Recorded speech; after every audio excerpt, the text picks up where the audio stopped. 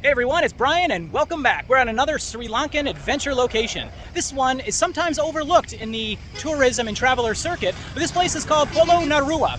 It's an ancient city that is not as well known as others, but it is one of the most well preserved. And part of this is because it's a little newer. It's only about 1,000 years old, but there's a lot of archaeological history and just a lot of culture. So we're gonna check it out. Come along. Well, we enter the park. There are two ways to go, left and right. I'm gonna go left, just because there's a little more to see on this side and I can always go to the right later. Oh, and if you hadn't guessed, yep, I rented a bicycle again. This one's even got a basket, so I don't have to carry my backpack and water on my back and get all sweaty. And of course, any archaeological site is gonna have monkeys, so don't feed them.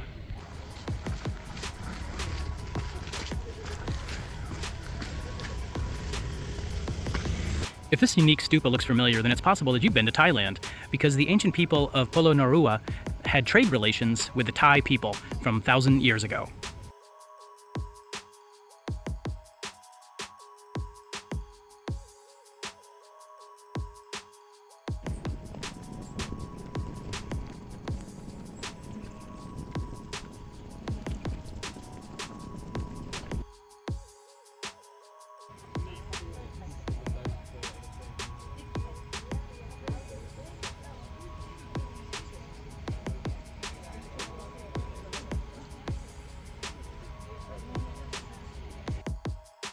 One thing you'll always see at every temple is a pile of shoes before you can go in.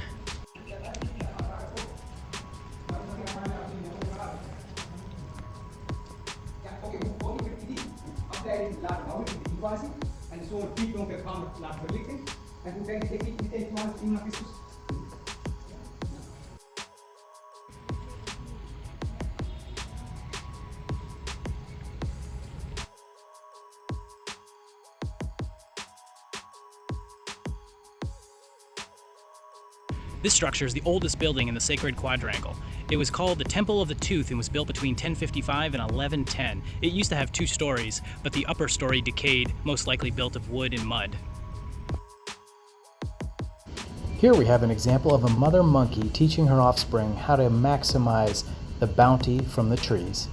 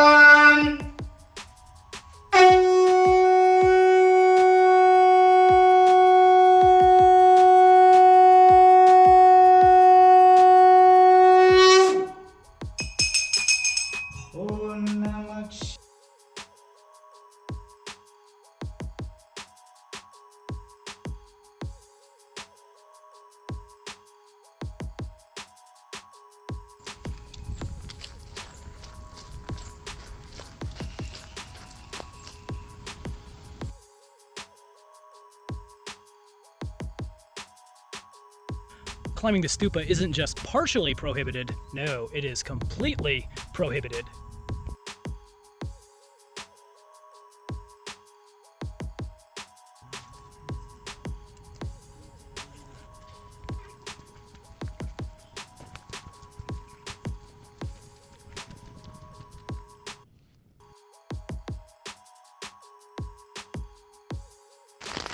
Into every life, a little rain must fall.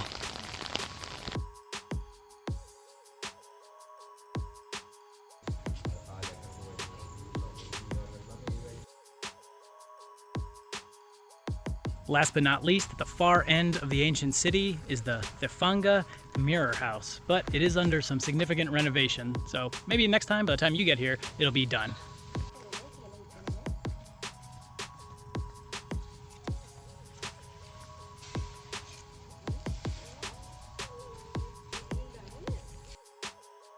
The curator gentleman right behind me walking away just took me inside.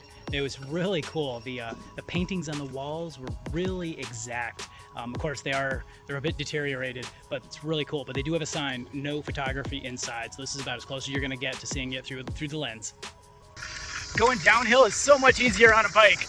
I just wish this bike had better brakes. And this is the exit, but remember when we came in, we turned left and skipped the right. So we're gonna go to the Royal Palace. Before we get to the palace, we arrive at the Royal Council Chamber of King Parakramabahu.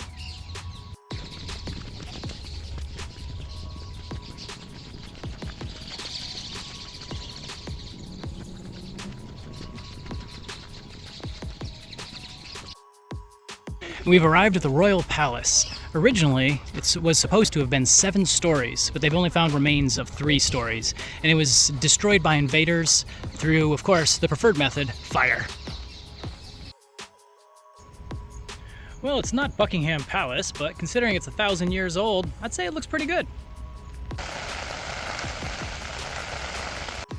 Well, that was a bit of a downpour we just had, but I sat in one of these shelters with some of the local Sri Lankan guys, and we had a really good conversation just about pretty much everything. But the rain has stopped, so I'm going to head out through the indoor and might even have a little surprise.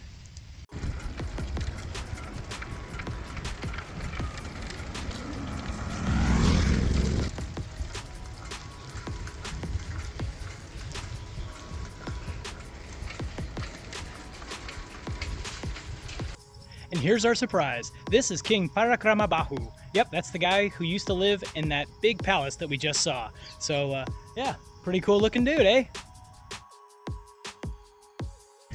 Okay, so I was just passed by 2 Sri Lankan men on a scooter. Now, I don't speak Ceylonese and they didn't speak English, but we didn't need to have a common language to understand that they were trying to sell me some marijuana. So, but I remember when I got to the airport, there were big signs that say, if you have drugs, you will get the death penalty. So, yeah, that was a big fat no from me.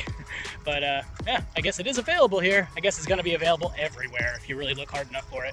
Not my thing, though. So, all right. So a lot of people will come here to the museum and get their tickets. It's $25 US to go see all the cool stuff we saw today. But they go see the cool stuff, but they don't actually go to the museum. And I got back here just in time to do a quick trip through it, and I learned something. So the leader who followed Parakramabahu, the king of the statue we just saw, his name was Nisan Kamala, and one of his inscriptions said that in order to be the king, you had to be Buddhist. And that tradition continues today. In order to be the president of Sri Lanka, you are required to be Buddhist. So yeah, I found that really interesting.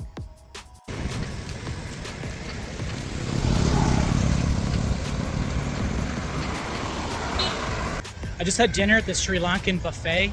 The food was amazing. You had a whole variety of food to choose from, and it was 650 rupee, which is about $2. Now, when was the last time you've seen that? You probably haven't. You got to ask your grandparents.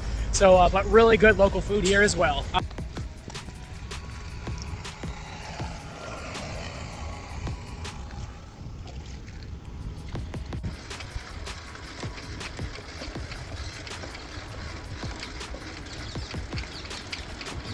The main thing to see here in Polonnaruwa are the ruins, which we saw yesterday. But today, I've still got the bicycle, so we're gonna check out some of the city and maybe we'll see something interesting. Okay, I think we found something interesting. So there are these flying foxes. They're not actually foxes, but they're bats. And they're huge bats, and they're up here in these trees. You might be able to hear them. I'll zoom in on the camera so you can get a good look at them.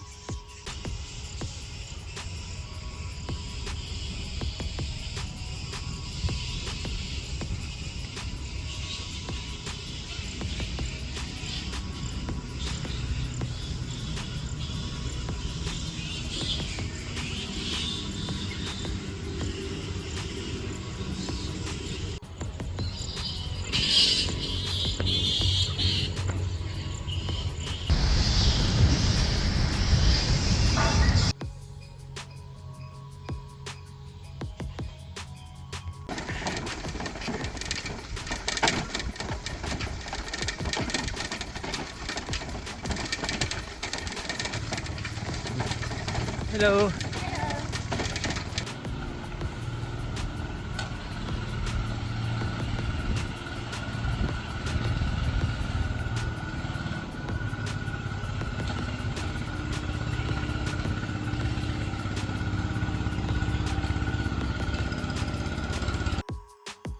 While Sri Lanka may be 70% Buddhist and 20% Muslim, as you can tell here from the Immaculate Conception of St. Mary Church, they are 10% Christian. The tuk-tuks you see in the distance there are often used as taxis. However, the police also use them for their police vehicles. But in case you decide to run faster than the maximum tuk-tuk speed of 40 kilometers per hour, they also have regular police cars as well.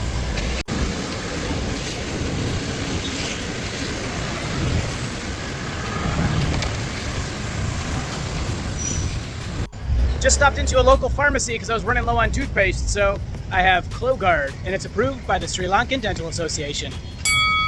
Okay, so the proprietor at my guest house recommended this restaurant, Helabajun Hala. It is vegetarian, but hey, I'm always down for some good veggies. These sweet ladies make this food from scratch, and time to try it. I think it's gonna be really good. It is actually really good. A lot of fried though, so if you don't like fried food, well, you might want to stay away, but I don't know, it's pretty darn good.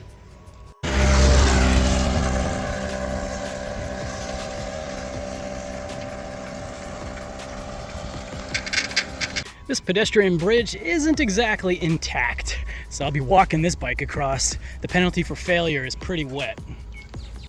Well, that's pretty cool, getting out of the tourist areas and going to a part of the city where the locals don't really see a lot of foreigners, and they all kind of looked at me funny, but I mean, obviously I'm funny looking, but just because they haven't seen foreigners that often, and going to the local restaurants and just getting the vibe of the local scene.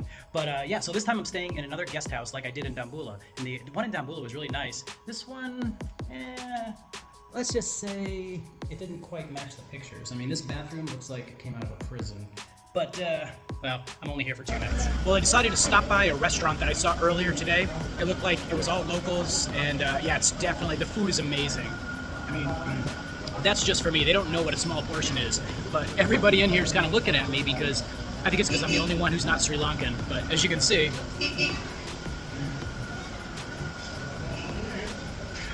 yeah, it's definitely popular, so, and it's really good.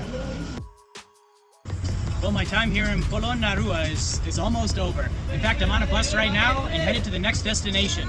The cool thing and what really makes this little city, town unique is that you have both ruins where you do have the tourist options, but you can also get away very easily from that and immerse yourself in the Sri Lankan culture. And I think that was one of the best parts. Other than being at the ruin sites, I was the only foreigner around, which was really good. So, but for now, we gotta go on to the next adventure. Thanks for watching.